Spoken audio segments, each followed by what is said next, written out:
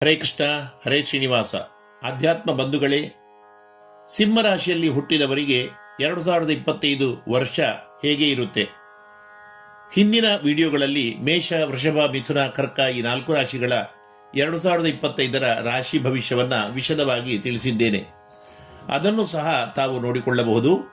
ಇವತ್ತು ಸಿಂಹ ರಾಶಿಯವರಿಗೆ 2025ರಲ್ಲಿ ಬರುವ ಕಷ್ಟ ನಷ್ಟಗಳು, ಹೊಸ ಬದಲಾವಣೆಗಳು, ಆರ್ಥಿಕ ಸ್ಥಿತಿ, ಆರೋಗ್ಯ, ಮಾನಸಿಕ ಶಾಂತಿ, ವ್ಯಾಪಾರ, ಉದ್ಯೋಗ ಮುಂತಾದ ವಿಚಾರದಲ್ಲಿ ಸಿಂಹರಾಶಿಯವರಿಗೆ ಹೇಗಿದೆ, ರಾಶ್ಯಧೀಶನಾದ ಸೂರ್ಯನ ಪ್ರಭಾವ ಹೇಗಿದೆ, ಚಂದ್ರ, ಮಂಗಲ, ಬುಧರು ಯಾವ ರೀತಿ 2025ರಲ್ಲಿ ಪ್ರಭಾವ ಬೀರಬಹುದಾಗಿದೆ, ದೇವಗುರು ಬೃಹಸ್ಪತಿಯು ಈ ವರ್ಷ ಸಿಂಹರಾಶಿಯವರಿಗೆ ಯಾವ ರೀತಿ ಅನುಗ್ರಹ ಮಾಡುತ್ತಿದ್ದಾನೆ, ಶನಿದೇವನು 7ನೇ ಸ್ಥಾನದಿಂದ 8ನೇ ಸ್ಥಾನಕ್ಕೆ ಯಾವಾಗ ಪ್ರವೇಶ ಮಾಡುತ್ತಾನೆ, ಅಷ್ಟಮ ಶನಿ ಸಂಚಾರದಿಂದ ಸಿಂಹರಾಶಿಯವರು ಈ ವರ್ಷ ಯಾವ ರೀತಿಯಾದ ಸಂಕಷ್ಟಗಳನ್ನು ಎದುರಿಸಬೇಕಾಗಬಹುದು, ಶುಕ್ರ, ರಾಹು, ಕೇತುಗಳು ಏನು ರೀತಿಯ ಪರಿಣಾಮಗಳನ್ನು ಕೊಡಲಿದ್ದಾರೆ ಎಂಬ ಎಲ್ಲ ರೀತಿಯ ಸಿಂಹರಾಶಿಯವರ 2025ರ ಗೋಚರ ಫಲಗಳನ್ನು, ದೋಷಗಳು ಏನಾದಿದ್ದರೆ ಅದಕ್ಕೆ ಸರಳವಾದ ಸೂಕ್ತವಾದ ಪರಿಹಾರಗಳನ್ನು ಕೂಡ ಈ ವಿಡಿಯೋ ಸಂದೇಶದ ಮೂಲಕ ತಿಳಿದುಕೊಳ್ಳೋಣ. ಬಂಧುಗಳೇ, ತಾವು ಇಲ್ಲಿಯವರೆಗೆ ನನ್ನ ವಿಶ್ವನಾಥ್ ಭಟ್ ಎಂಬ ಯೂಟ್ಯೂಬ್ ಚಾನಲ್ಗೆ ಸಬ್ಸ್ಕ್ರೈಬ್ ಆಗಿರದಿದ್ದರೆ ಆಗಿ, ಉತ್ತಮ ಆಗಿದ್ದರೆ ಲೈಕ್ ಮಾಡಿ, ನಿಮ್ಮೆಲ್ಲ ಬಂಧು ಮಿತ್ರರಿಗೆ ಶೇರ್ ಮಾಡಿ, ನಿಮ್ಮ ಪ್ರಶ್ನೆ, ಮೆಚ್ಚುಗೆ, ಸಂದೇಹಗಳನ್ನು ಕಮೆಂಟ್ ಮೂಲಕ ತಿಳಿಸಿ. ಜ್ಯೋತಿಷ್ಯ, ವಾಸ್ತು ವಿಷಯಗಳನ್ನು ನಮ್ಮಲ್ಲಿ ತಿಳಿಯಬೇಕಾದವರು, ಆನ್ಲೈನ್ ಮೂಲಕ ನಮ್ಮನ್ನು ಸಂದರ್ಶಿಸಬೇಕಾದವರು, ಸಂಪರ್ಕಿಸಬೇಕಾದವರು 9820118612ಗೆ ಕರೆ ಮಾಡಬಹುದಾಗಿದೆ. ವೀಕ್ಷಕರೇ, ಮಖ ನಕ್ಷತ್ರದ 4 ಪಾದಗಳು, ಹುಬ್ಬ ನಕ್ಷತ್ರದ 4 ಪಾದಗಳು, ಉತ್ತರ ನಕ್ಷತ್ರ ಮೊದಲ ಪಾದ, ಈ ರೀತಿ 9 ಪಾದಗಳಿಗೆ ಸಿಂಹರಾಶಿಯಾಗಿರುತ್ತದೆ. ಇಲ್ಲಿ ನಾನು ಹೇಳುವ ಫಲಾಫಲಗಳು ಮುಖ್ಯವಾಗಿ ಗೋಚರದಲ್ಲಿ ಚಂದ್ರನಿಂದ, ಅಂದರೆ ಚಂದ್ರನಿರುವ ಸ್ಥಾನದಿಂದ ಎಲ್ಲ ಗ್ರಹಗಳ ಪ್ರಭಾವವು ವರ್ಷದಲ್ಲಿ ಹೇಗಿರುತ್ತದೆ ಎಂಬುದಾಗಿ. ಪೂರ್ಣವಾಗಿ ಇದೇ ಫಲಗಳು ಎಲ್ಲರಿಗೂ ಕೂಡ 100% ಅನ್ವಯಿಸಬೇಕೆಂದಿಲ್ಲ. ಯಾಕೆಂದರೆ ನಿಮ್ಮ ನಿಮ್ಮ ಪ್ರತ್ಯೇಕ ಜಾತಕವನ್ನು ವಿಮರ್ಶೆ ಮಾಡಿ, ಈಗ ಯಾವ ಗ್ರಹ ದಿಶೆ ನಡೆಯುತ್ತಿದೆ, ಯಾವ ಯಾವ ಗ್ರಹಗಳು ಯಾವ ಯಾವ ರಾಶಿಯಲ್ಲಿದ್ದು ಎಷ್ಟು ಪ್ರಬಲರಾಗಿದ್ದಾರೆ, ಎಷ್ಟು ದುರ್ಬಲರಾಗಿದ್ದಾರೆ, ಯಾವ ರೀತಿಯ ಶುಭ ಅಶುಭ ಫಲಗಳನ್ನು ಕೊಡುತ್ತಾ ಇದ್ದಾರೆ ಎಂಬುದಾಗಿಯೂ ಕೂಡ ನಿಮ್ಮ ನಿಮ್ಮ ಜಾತಕವನ್ನು ದೈವಜ್ಞರಲ್ಲಿ ತೋರಿಸಿ ಎರಡೂ ಫಲಗಳನ್ನು ತೆಗೆದುಕೊಂಡು ವಿಮರ್ಶೆ ಮಾಡಿ ನಿರ್ಧಾರಕ್ಕೆ ಬರಬೇಕು. ಆದರೆ ಗೋಚರ ಫಲಜ್ಞಾನವು ಕೂಡ ಎಲ್ಲರಿಗೂ ಅತ್ಯಂತ ಮುಖ್ಯ ವಿಷಯವಾಗಿರುವುದರಿಂದ ಎಲ್ಲ ರಾಶಿಯವರ ವಾರ್ಷಿಕ ಭವಿಷ್ಯವನ್ನು ನಾನಿಲ್ಲಿ ತಿಳಿಸ್ತಾ ಇದ್ದೇನೆ. ಸಿಂಹಸ್ಯ ಅಧಿಪತಿ ಸೂರ್ಯ ಎಂದು ಜ್ಯೋತಿಷ್ಶಾಸ್ತ್ರದಿಂದ ಉಕ್ತವಾಗಿದ್ದು, ಸಿಂಹರಾಶಿಯ ಅಧೀಶ ಸೂರ್ಯದೇವನಾಗಿದ್ದಾನೆ. ಎಲ್ಲ ವಿಷಯಗಳನ್ನು ನೇರವಾಗಿ ತಿಳಿಸುವ ಇವರು ಅತ್ಯಂತ ಪ್ರಾಮಾಣಿಕರು, ಪರೋಪಕಾರಿಗಳು, ಧೀರೋದಾತ್ತ, ಗಂಭೀರ ವ್ಯಕ್ತಿತ್ವವುಳ್ಳವರು ಆಗಿರುತ್ತಾರೆ.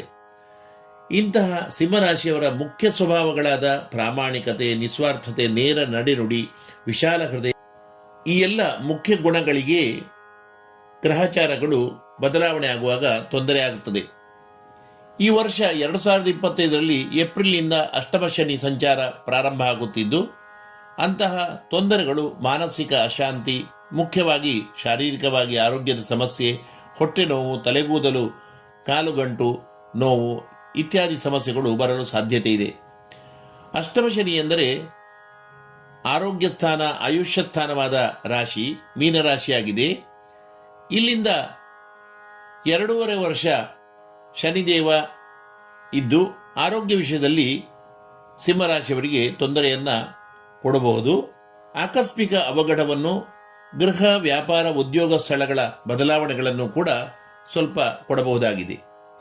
ಈ ಬದಲಾವಣೆಗಳು ಉತ್ತಮ ಫಲವನ್ನೇ ಕೊಡಬೇಕಾದರೆ ಶನಿ ಶಾಂತಿ, ಶನಿ, ಆಂಜನೇಯ, ಶಿವ, ನವಗ್ರಹ ದೇವಾಲಯ ದರ್ಶನ, ಶನಿ ಜಪಾದಿಗಳನ್ನು ಕೂಡ ಯೋಗ್ಯ ವಿಪ್ರರಿಂದ ಖಂಡಿತ ನಡೆಸಿ. ಆದರೆ ಎಲ್ಲ ರೀತಿಯ ಅದೃಷ್ಟ ಭಾಗ್ಯಗಳನ್ನು, ದೇವತಾನುಗ್ರಹವನ್ನು ಕೊಡುವ ಗುರುವು ವರ್ಷದ ಮೊದಲ 4 ತಿಂಗಳುಗಳಲ್ಲಿ 10ನೇ ಸ್ಥಾನ ವೃಷಭದಲ್ಲಿ, ನಂತರ ಮಿಥುನ ರಾಶಿಗೆ 11ನೇ ಸ್ಥಾನಕ್ಕೆ ಬರುತ್ತಾ ಇರುವುದು ಅತ್ಯಂತ ಶುಭ ಫಲವನ್ನು ಸೂಚನೆ ಮಾಡುವ ಯೋಗವಾಗಿದೆ.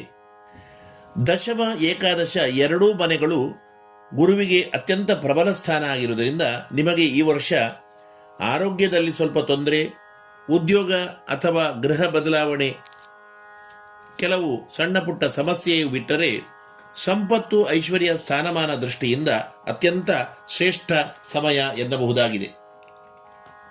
ಶುಕ್ರನು ಸಹ ಜನವರಿ 28ರಿಂದ 4 ತಿಂಗಳು ಮೀನರಾಶಿಯಲ್ಲಿದ್ದು ಉತ್ತಮ ಫಲವನ್ನೇ ಸಿಂಹರಾಶಿಯವರಿಗೆ ನೀಡುತ್ತಾನೆ.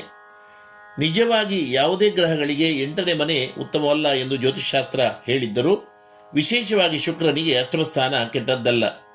ಅಷ್ಟೇ ಅಲ್ಲದೆ ಶುಕ್ರನ ಅತ್ಯಂತ ಪ್ರಬಲ ಸ್ಥಾನ ಉಚ್ಚರಾಶಿ ಮೀನರಾಶಿ ಆಗಿರುವುದರಿಂದ ಸಿಂಹರಾಶಿಯವರಿಗೆ ಬರುವ ಹಣಕಾಸಿನ ಲಾಭವನ್ನು ಯಾವ ರೀತಿಯಲ್ಲೂ ಕೂಡ ಯಾರಿಂದಲೂ ಕೂಡ ತಪ್ಪಿಸಲು ಸಾಧ್ಯ ಇಲ್ಲ. ಶುಕ್ರನ ಪ್ರಾಬಲ್ಯಕ್ಕಾಗಿ ಉತ್ತಮ ಲಾಭ, ವ್ಯಾಪಾರದಲ್ಲಿ ಧನಾಗಮನ, ಉದ್ಯೋಗದಲ್ಲಿ ಪ್ರಮೋಷನ್ ಇತ್ಯಾದಿಗಳು ಕೂಡ ಈ ವರ್ಷ ನಿಮಗೆ ಶುಕ್ರನಿಂದಾಗಿ ಆಗುವ ಉತ್ತಮ ಬದಲಾವಣೆಗಳಾಗಿವೆ. ವರ್ಷಾರಂಭದ 2-3 ತಿಂಗಳಲ್ಲಿ ದ್ವಿತೀಯದ ಕೇತು, ಅಷ್ಟಮದ ರಾಹುವಿನಿಂದಾಗಿ ಶೀತ ಸಂಬಂಧಿ ರೋಗಗಳು, ನೆರೆಯವರೊಂದಿಗೆ ಕ್ಷುಲ್ಲಕ ಕಾರಣಗಳಿಗಾಗಿ ಜಗಳ, ಉದ್ಯೋಗಿ ವ್ಯಾಪಾರಿಗಳಾಗಿದ್ದರೆ ಪರಿಚಯದವರೊಂದಿಗೆ ಮನೆಯಲ್ಲಿಯೇ ಸ್ವಲ್ಪ ಜಗಳ, ಕ್ಲೇಶಗಳು, ಈ ರೀತಿಯಾಗಿ ಕ್ಷುಲ್ಲಕ ಕಾರಣಗಳಿಗಾಗಿ ತೊಂದರೆಗಳು ಆಗಬಹುದಾಗಿದೆ. ಹತ್ತಿರದ ಶಿವಮಂದಿರಕ್ಕೆ, ನಾಗದೇವತಾ ಕ್ಷೇತ್ರಕ್ಕೆ ತೆರಳಿ ಪ್ರಾರ್ಥನೆ, ಯಥಾಶಕ್ತಿ ಸೇವಾದಿಗಳನ್ನು ನಡೆಸಿದರೆ ಈ ರೀತಿಯ ಎಲ್ಲ ತೊಂದರೆಗಳು ಕೂಡ, ರಾಹು ಕೇತುಗಳ ದುಷ್ಪ್ರಭಾವವು ಕೂಡ ನಿವಾರಣೆ ಆಗುತ್ತದೆ. ಮೇ, ಜೂನ್, ಜುಲೈ, ಆಗಸ್ಟ್ 4 ತಿಂಗಳುಗಳಲ್ಲಿ ಎಲ್ಲ ಗ್ರಹಗಳ ಉತ್ತಮ ಸಂಚಾರ, ದೇವಗುರು ಬೃಹಸ್ಪತಿಯ ಪ್ರಭಾವದಿಂದಾಗಿ ಕುಟುಂಬದಲ್ಲಿ ಮಂಗಲ ವಾರ್ತೆಗಳು, ಅವಿವಾಹಿತರಿಗೆ ವಿವಾಹ ಯೋಗ, ಸಂತಾನ ಇಲ್ಲದವರಿಗೆ ಸಂತಾನ ಯೋಗವು, ಧಾರ್ಮಿಕ ಕ್ಷೇತ್ರ ಸಂಚಾರವು, ದೊಡ್ಡ ದೊಡ್ಡ ಧರ್ಮ ಕಾರ್ಯಗಳನ್ನು ನಡೆಸುವ ಯೋಗವು ಕೂಡ ನಿಮಗೆ ಸೂಚಿತವಾಗಿದೆ. ಕೃಷಿ, ಪಶುಪಾಲನೆ, ಬೇರೆ ಬೇರೆ ರೀತಿಯ ವ್ಯವಹಾರ ಮಾಡುವವರಿಗೂ ಕೂಡ ಲಾಭಾಂಶ ಅಧಿಕವಾಗಿ ದೊರಕಬಹುದು. ಸೆಪ್ಟೆಂಬರ್, ಅಕ್ಟೋಬರ್ ತಿಂಗಳಲ್ಲಿ ಪತ್ನಿಗೆ ಅನಾರೋಗ್ಯ ಆಗಬಹುದಾಗಿದೆ. ಮಕ್ಕಳ ವಿದ್ಯಾರ್ಜನೆಯಲ್ಲಿ ಕೂಡ ಸ್ವಲ್ಪ ತೊಂದರೆಗಳು ಬರಬಹುದು. ಈ ಸಮಯದಲ್ಲಿ ನವಗ್ರಹ ದುರ್ಗಾದೇವಿ ದೇವಾಲಯ ದರ್ಶನ ಮಾಡುವುದರಿಂದ ಶುಭ ಆಗ್ತದೆ. ವರ್ಷದ ಕೊನೆಯ ನವೆಂಬರ್, ಡಿಸೆಂಬರ್ ತಿಂಗಳುಗಳಲ್ಲಿ ಗ್ರಹಸ್ಥಿತಿಯು ಹೀಗೆಯೇ ಮುಂದುವರಿದು ವಿಶೇಷ ಎಚ್ಚರಿಕೆಯನ್ನು ಆರೋಗ್ಯ ವಿಷಯದಲ್ಲಿ ವಹಿಸಬೇಕು. ಆದರೆ ಆರೋಗ್ಯ ವಿಷಯದ ಸಮಸ್ಯೆ, ಬೇರೆ ಬೇರೆ ಸಣ್ಣ ಪುಟ್ಟ ಸಮಸ್ಯೆಗಳನ್ನು ಬಿಟ್ಟರೆ ಒಟ್ಟು 2025ರಲ್ಲಿ ಸಿಂಹರಾಶಿಯವರಿಗೆ ಶುಭ ಫಲಗಳೇ ಅಧಿಕವಾಗಿ ಬರಬಹುದಾಗಿದೆ. ಹಣಕಾಸಿನ ಯಾವ ರೀತಿಯ ತೊಂದರೆಗಳು ಕೂಡ ಖಂಡಿತವಾಗಿ ಬರಲು ಸಾಧ್ಯ ಇಲ್ಲ. ಮುಖ್ಯವಾಗಿ ಶಿವ ದೇವಾಲಯದಲ್ಲಿ ರುದ್ರಾಭಿಷೇಕವನ್ನು, ಶ್ರೀರಾಮದೇವರ ಆರಾಧನೆ ಪೂಜಾದಿಗಳನ್ನು ನಡೆಸುತ್ತಾ ಬಂದಲ್ಲಿ ಉತ್ತಮ ಶ್ರೇಯಸ್ಸಿದೆ. ಸಿಂಹರಾಶಿಯವರು 2025ರಲ್ಲಿ ಅಧಿಕವಾದ ಶುಭ ಫಲಗಳನ್ನು ಪಡೆಯಬೇಕಾದರೆ ಅತೀ ಸರಳವಾದ ದಿನ ನಡೆಸುವ ಪ್ರಕ್ರಿಯೆ ಎಂದರೆ ಸೂರ್ಯ ನಮಸ್ಕಾರ ಮತ್ತು ಸೂರ್ಯಾರ್ಘ್ಯ ಪ್ರದಾನ, ಇವೆರಡನ್ನೂ ಕೂಡ ಖಂಡಿತವಾಗಿ ನಡೆಸಿ ಆರೋಗ್ಯ ಮನಸ್ಥಿತಿಯನ್ನು ಉತ್ತಮವನ್ನಾಗಿ ಮಾಡಿಕೊಂಡು ರಾಶಿಗೆ ಅಧೀಶನಾದ ಸೂರ್ಯನಾರಾಯಣ ದೇವನನ್ನ ಸದಾ ಪ್ರಾರ್ಥನೆ ಮಾಡ್ತಾ ಇರಿ. ಸೂರ್ಯದೇವನ ಮಂತ್ರ ಹೀಗಿದೆ: ಜಪ ಕುಸುಮ ಸಂಕಾಶಂ ಕಾಶ್ಯಪೇಯಂ ಮಹಾದ್ಯುತಿಂ ಧ್ವಾಂತಾರಿಂ ಸರ್ವಪಾಪಘ್ನಂ ಪ್ರಣತೋಸ್ಮಿ ದಿವಾಕರಂ.